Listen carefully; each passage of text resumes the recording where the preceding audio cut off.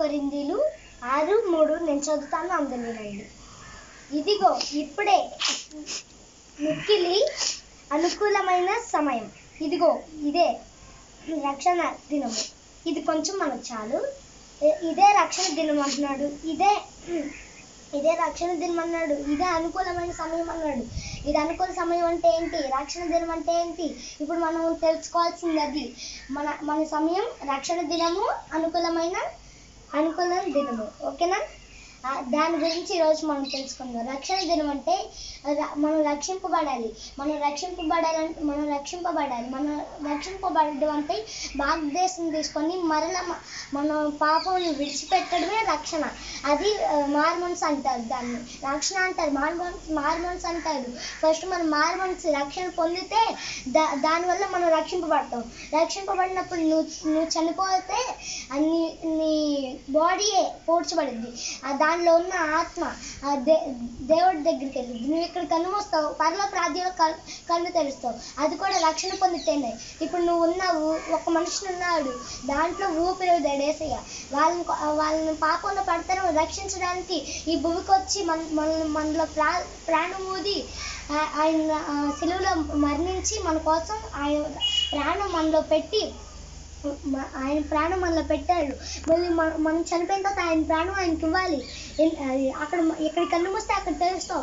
అందుకని దేవుడు మీరు రక్షణ పొందుతారమ్మా, అందుకే ఆయన వచ్చింది.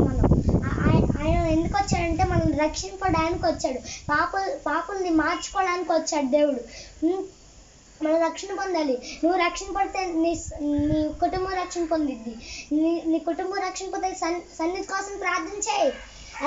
మెలకుగా ఉండు. నువ్వు మెలకుగా ఉండితే మెలకుగా ఉండండి. నేను ఎప్పుడు వస్తాను తెలియదు, దొంగలాగా వస్తా అన్నాడు. దొంగ మనకి ఏమైనా చెప్పొస్తాడు రాడు కదా. అలాగే దేవుడు కూడా చెప్పాడు, కానీ ఆయన వచ్చే సమయం మాత్రం ఆయన రెడీగా ఉన్నాడు. మనం రక్షణ పొందలేదని, ఇంకా రక్షణ పొందలేని చాలా మంది ఉన్నారు, నా బిడ్డలు ఇంకా ఉన్నారు.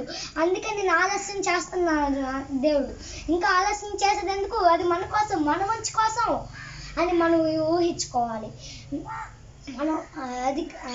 మనకి ఇప్పుడు ఈ సమయమే అది మనం అనుకూలపరచుకోవాలి. అంటే సమయం వచ్చింది, మనకి ఉపయోగించుకో.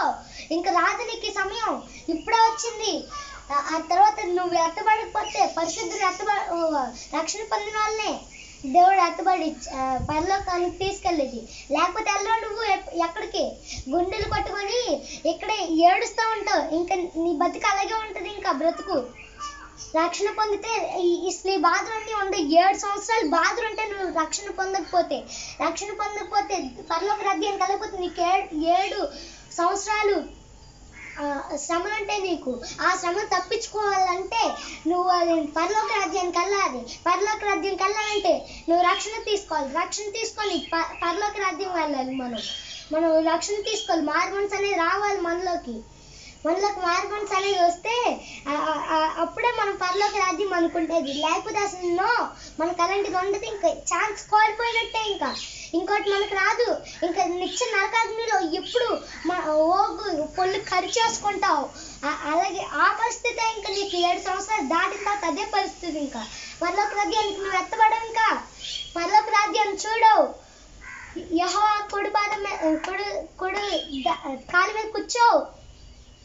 మనం పరలోక రాజ్యానికి వెళ్ళి యెహోవా కుడి కాలు మీద కూర్చోవాలంటే ఫస్ట్ మనం రక్షణ పొందాలి. రక్షణ పొంది మనం ఫస్ట్ ప్రేయర్లో బాగా ఎదగాలి. ఎదిగితే రక్షణ ఇస్తే ఆ తర్వాత పరలోక రాజ్యానికి తీసుకెళ్తారు. పరలోక రాజ్యం దగ్గర అందరూ యెహోవా పరిశుద్ధుడు అని మనం కూడా అంటాం. దూతలకే కాదు, ప్రతి ఒక్కరికి ఇచ్చారు యేసయ్య. ప్రతి ఒక్కరికి ఇచ్చారు కాబట్టి ఆ సమయాన్ని మనం వినియోగించుకుందాం. ఇప్పుడే నువ్వు రక్షణ తీసుకో. నోవాహు ప్రకటించినప్పుడు ఒక్కరు కూడా వినలేదు కాబట్టి వాళ్ళంతా నాశనంగా అయిపోయారు. నువ్వు ఇప్పుడు నాశనం అవ్వకోకుండా రక్షణ పడాలంటే నువ్వు ఇప్పుడు విని రక్షణ పొందితే నీకు వచ్చింది జీవం. అది నువ్వు నమ్మి ప్రార్థనలో ప్రేయర్ఫుల్గా ఉంటే నీకు బాప్తిసం ఇస్తారు. బాప్తిసం ఇచ్చినప్పుడు రక్షణలోకి వస్తావు. పాపం అంతా విడిచేసి నువ్వు రక్షణ పొందితే దేవుడు నీకు పరలోక రాజ్యాన్ని ఇస్తాడు. హల్లెలూయా. అలాగే రక్షణ పొందాలి. మనం అనుకూల సమయం ఇదే. అంటే యోన చెప్పినప్పుడు విన్నారు, వాళ్ళు చక్కగా పరలోక రాజ్యానికి ఎత్తబడతారు అని. ఎత్తబడతారు కాబట్టి యోన చెప్పినప్పుడు ప్రతి ఒక్కరు విన్నారు కాబట్టి పరలోక రాజ్యం ఉంది వాళ్ళకి. ఇది యోన చెప్పినప్పుడు విన్నారు అందరూ. యోన చెప్పినప్పుడు అందరూ విన్నారు. నోవాహు దినములో నోవాహు ఎంత చెప్పినా వాళ్ళు వినలేదు. వినకపోయేసరికి ఏంటి ఉగ్రత ఏం రాదు, ఏమవ్వదు అని వాళ్ళు బాగా కోపంగా అలాగే ఉన్నారు. రక్షణ అంటే నిరీక్షణగా ఉన్నారు. రక్షణకి నిరాశతో ఉన్నారు వాళ్ళు. అందుకే నిరాశ మనకు ఉండకూడదు. నిరీక్షణ అనేది మనలో ఉండకూడదు. రక్షణ అనేది ఉండాలి. మనం ఒకటే గురి పెట్టుకోవాలి. రక్షణ అనే దానికి మనం పరలోక రాజ్యానికి వెళ్తాం. పరలోక రాజ్యానికి వెళ్ళాలంటే ఆ రక్షణ పొందు, ఇప్పుడే రక్షణ పొందు.